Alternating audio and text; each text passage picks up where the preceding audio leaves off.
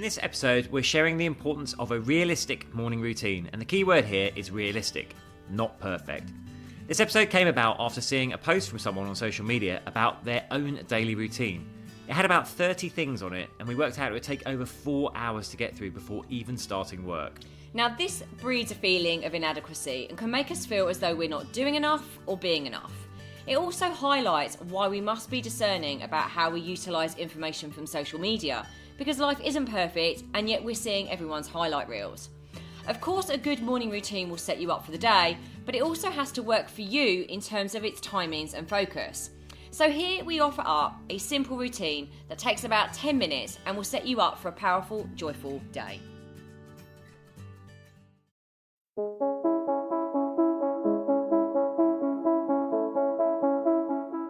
Hi, I'm James Davis. And I'm Claire Davis.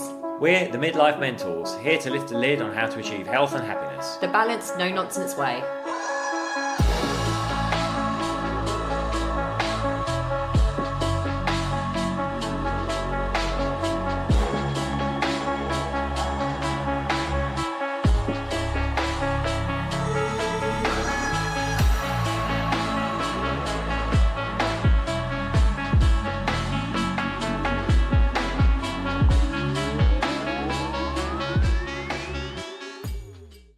Hello and welcome to another episode of the Midlife Mentors with me, James. And me, Claire. And Lola, our dog, who is being very, very needy at the moment because we've been naughty parents and left her for most of October, haven't we? We have. We are now back in a very wet and rainy London. See my voice go there. After obviously travelling around America, if you caught our last podcast, remember that, and we were just about to go to Ibiza to run our retreat. So we've now been to Ibiza, run our retreat, which was just fabulous, and now we're back in London. We are, but we've been used to the sunshine, I'm not going to lie, not the grey skies. But Ibiza was incredible. It was the first time we have run a retreat at Six Senses in the north of the island, and it was just incredible. I have to say, it's breathtaking, the location of it, but also just the service, the tiny details, the residence we were in. We will definitely be going back. We're already in conversations. We're doing more dates next year. So I think it's very safe to say that we will be doing more retreats next year. And I think it's just taken us a couple of years, since 2020, when obviously our main business was running retreats for 10, 11 years through our other brand, 38 Degrees North.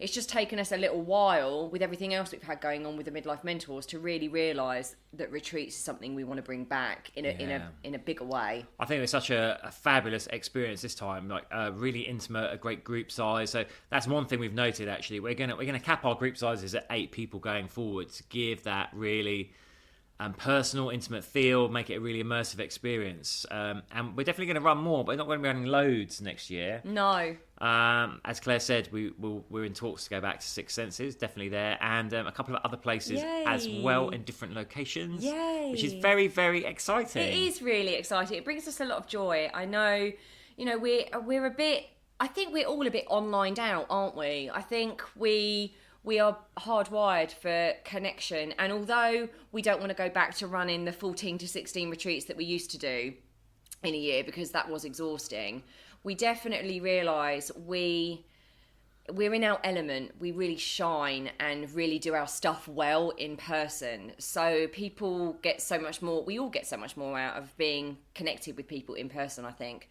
So we want to offer that to more people next year. So watch out, world. The retreats are coming back from Claire and James in a bigger capacity. But like James said, we'll be keeping the group size small. Yeah, so excited for that. I think 2024 is going to be an amazing year. So yeah, got excited. Lots of plans. We've also got lots of plans for November and December, which we're really, really excited about. October, we haven't really been on social media all that much in October. Which has been quite refreshing, actually. Which has been quite refreshing and kind of leads into what we wanted to talk to you about today, which is about, it's not just about, actually we want to talk to you about a morning routine, but it's been triggered by me seeing something from someone I follow. Actually, I did snooze this person on Facebook, but then they popped back up again, and this was the post I saw, and I just had my head in my hands about it, because it was all about how much that person gets done in a day, like his daily routine. And I think it leads on from the whole social media thing, because we just feel, I think, as human beings, so overwhelmed. We are just constantly on. And there's this sense of guilt and panic and worry if we're not constantly on. And I have to say, some of the transformations I've been going through this year, and if you've listened to any other recent podcasts, you kind of get the idea that for me personally, there's been a lot of shift and change in a magnificent way, and the same for James. One of the things I realised was I was really feeling like a slave all the time to social media, and the truth is, guess what? In October, not posting as much as I normally do, because I do most of the social media for our businesses, the world hasn't fallen apart. In fact, we've actually taken on more clients through not doing so much social media. So this addiction and this panic and this feeling of, if you run your own business, that you've always got to be on social media and always connected, I call BS on that, bullshit on that, because actually, once we're in a more grounded state and we're in more joy and gratitude for what we're doing, that's when we attract more of the right people to us. Yeah, I also say that I think a morning routine is so important, but there's so much misinformation or information overload out there, and it's easy, we see people in a health space, wellness space, and they're like, this is my routine, and you make it up, it's like 4 hours of stuff, and let's be realistic. Maybe that gets results, maybe it doesn't, but who has, when they're juggling their job, their career, their family, their social lives, time to do one person we saw, we added it up, it was like 6 to 8 hours of stuff, and they claimed that was their normal daily routine before they do the rest of their work. Well, it's just, calling BS on it, but also not letting people feel that there's so much to have to do. It's making people feel inadequate again. And I think this is something we went home to on the retreat, actually. So this podcast also coming out of the retreat, just giving people a simple morning routine they could run through that takes about 10 minutes that actually everyone said made them feel so much more empowered, positive, energized for the day ahead. Yeah, and I think the reason I just read this, and I've done a post about it, and if you're on our newsletter, you'll get a newsletter about this, so I wrote a post about it. But I think I read it, and my instinct, even though I have snoozed this person because I find them, I find the ego quite off-putting. But obviously it popped back up again. But I was reading this post and I was thinking, oh my goodness, am I not going to be successful in my business? Am I not going to be happy, joyful, or grounded, or more connected to universal intelligence, or whatever it is, if I'm not doing all these things that this guy is doing? I actually had that thought. And obviously, consciously, I know that that's ridiculous. But inside of me, I felt inadequate. And I thought, oh my goodness, no wonder this person's successful, because it's doing this, and this. And it is utter nonsense. And this is the thing, we're made to feel less than, like, shamed if we're not doing all of these things that everyone else is doing. They're actually just showing us their highlight reels. They're probably not doing all of that. They're probably not even as successful as they say they are. And they're definitely having ups and downs in life. And you're just seeing the highlight reels. But like James said, this person, we added it up. And I thought, if he does 10 minutes, just 10 minutes of each of these things he's listed, it's 4 hours in the morning before he's even got on with the rest of it. I mean, that's just, and I can't stand that. I just find it really, really frustrating that people are putting that stuff out there and making us all feel like we're somehow failing at life and not being perfect at life if we're not dialing in all of that stuff. But like James said, it is important to have a morning routine. I don't know whether you want to just explain why it's important, James, to have that morning routine, and then we'll dive into what that might look like for people. Yeah, there are a few reasons. The first is, like, when we sleep, we still don't really understand why sleep and dreaming is so important. From an evolutionary perspective, sleep makes no sense, right? You're losing a considerable chunk of each day to inactivity. You're extremely vulnerable to predators. You're not actually actively hunting gathering. From an evolutionary perspective, sleep doesn't make sense, yet all species do it, so it must have a very, very valuable function. We know we can monitor brain activity. We believe it's something about processing what we've been through, experiences coming through. So when we wake from sleep, though, we're still in what we call a theta state, so we're still primed to absorb new information, which is why doing stuff when you first wake up is so powerful. Another reason is, as soon as we wake up, if we wake up and we go to external stimulus straight away, i.e. we turn on the news, the radio, we pick up our phone, look at social media, look at pages, we're reactive to the world, and we're setting the tone for the day of being reactive rather than staying closed off from all that, because we've woken from our dream, we've processed what we need to process, we're still in theta, and actually thinking about how we want to start our day, how we want to ground, what are the influences that we want to carry forward into the day. This is why I think starting your day with some sort of routine that allows this is so, so important. Yeah, because you're right there.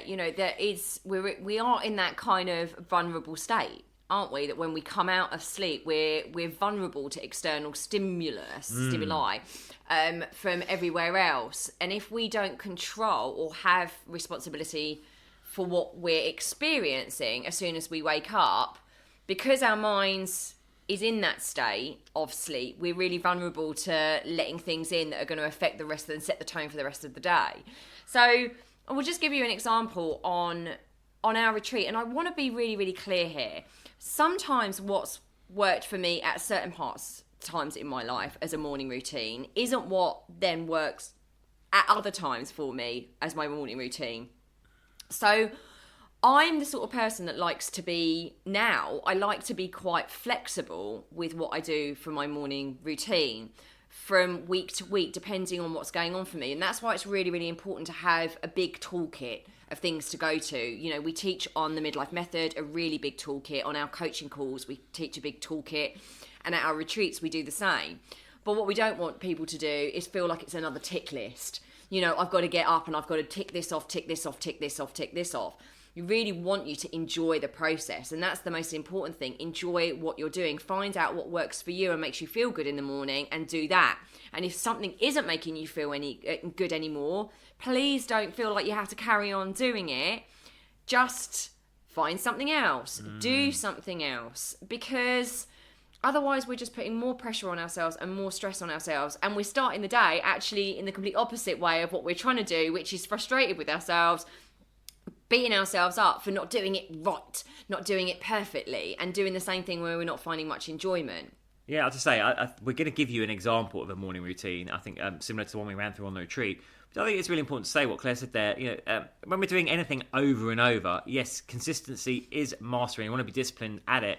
But sometimes, you want to let your intuition guide you. And if you feel like doing something slightly different, then that's okay too. I think it's good to have a toolkit of processes that you go to. For me personally, I've got a morning routine that is set, but within that I might vary some of the modalities that I use just to keep things different and to keep challenging my brain in different ways. Yeah, and mine's really, really changed since May, and continues to change. And it's really, really freeing actually for me to get up in the morning and kind of have like parameters around what I want to do. But it's quite freeing just to get up and go, okay, do I feel like journaling right now? Do I feel like actually just sitting in a bit of peace and connecting with that, higher intelligence? Is it that I want to sit here and write a gratitude list, or just feel the gratitude? Whatever that is for you, I feel a lot of freedom now, and that I've given myself that opportunity to do that. So on the retreat, one of the things that I welcomed the guests to do was, before we did anything, was to join me and everyone else in a little morning setup routine. So what we did, I did a little visualization for grounding them first. And you can find these visualizations also. If you want one of these visualizations that I've done, please just reach out to us. Email us on team@themidlifementors.com. I can send you a link to one of the grounding meditations that we've done. But it's literally about 5 minutes to ground you and give you permission to just be in that moment. And once we've grounded you with that visualization, I just asked the participants to think of one person that they are grateful for and why. And really allow that to flood through their body. Allow that love and gratitude to flood through their body. Then I asked them to think of one thing they are grateful for about themselves. And allow that to flood through the body. Something that they've achieved, something that they've overcome, the person that they have become, something about themselves. And again, really, really allow that to be felt. And finally, just something in their life generally that they are grateful for and why. So really understanding the why and feeling the emotion of it. And once we had done that, I asked them to come back pick up their book and write those things down, those gratitude elements down. So those three bits of gratitude, because that really like embeds the emotion, really drills it down, really gets you feeling it. So writing it down, and then just asking them to create an intention for the day. So what the intention is for the day. And it can be really simple, as simple as I intend to be present in my life today. I intend to make healthy choices today. I intend to be patient with my work colleagues today. I intend to do a great presentation today. Anything. It can be absolutely anything, but keep it simple. And then finally, actually just doing a few simple affirmations, which are I am statements, which again really help with the subconscious mind rewiring the neural pathways.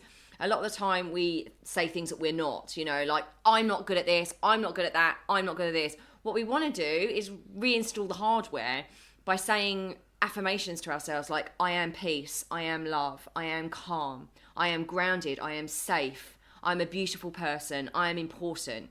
These kind of affirmations start to really build up over time. So what I asked them to do was just write down, I set a timer for 30 seconds, write down I am affirmations.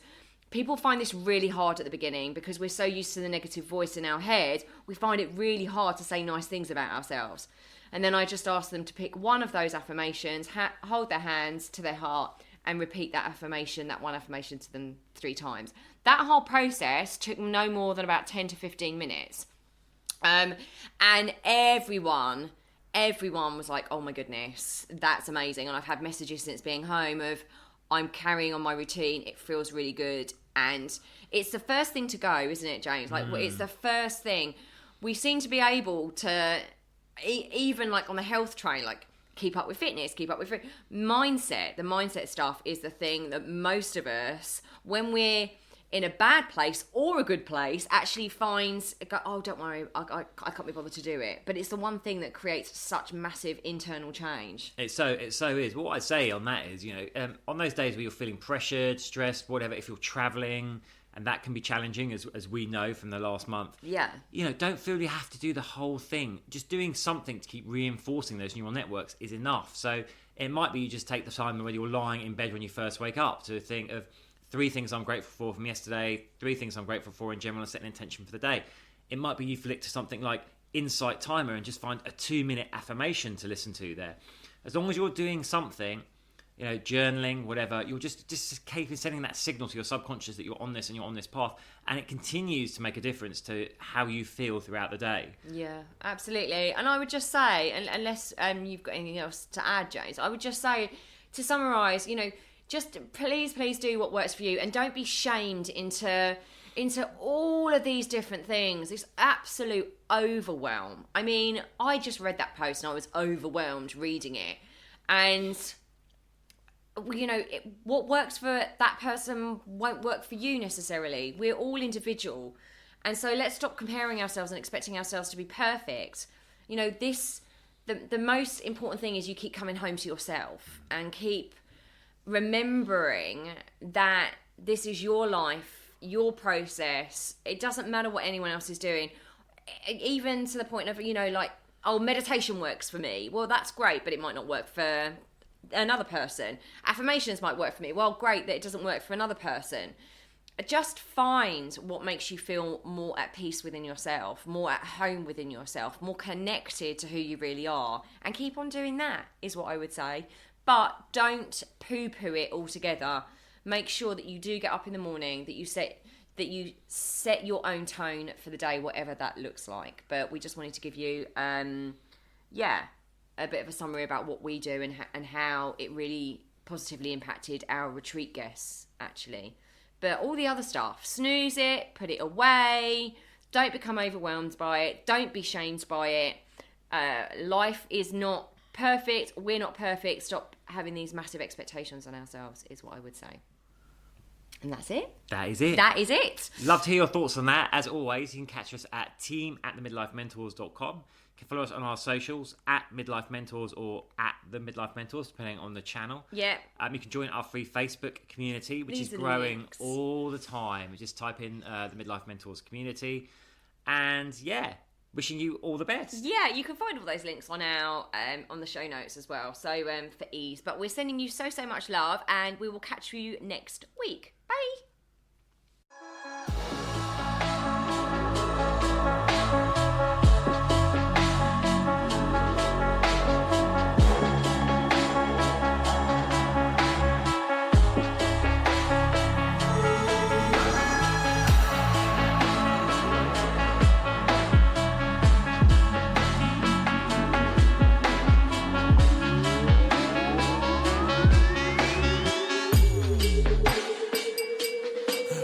Yeah. You've been listening to the Midlife Mentors with Claire and James Davis. We'd love to hear from you. So drop us a line at info@themidlifementors.com with any questions or topic suggestions. And make sure you join us on our Facebook page and YouTube channel. You can find us under the Midlife Mentors. Yeah. What? Yeah. Yeah. Yeah.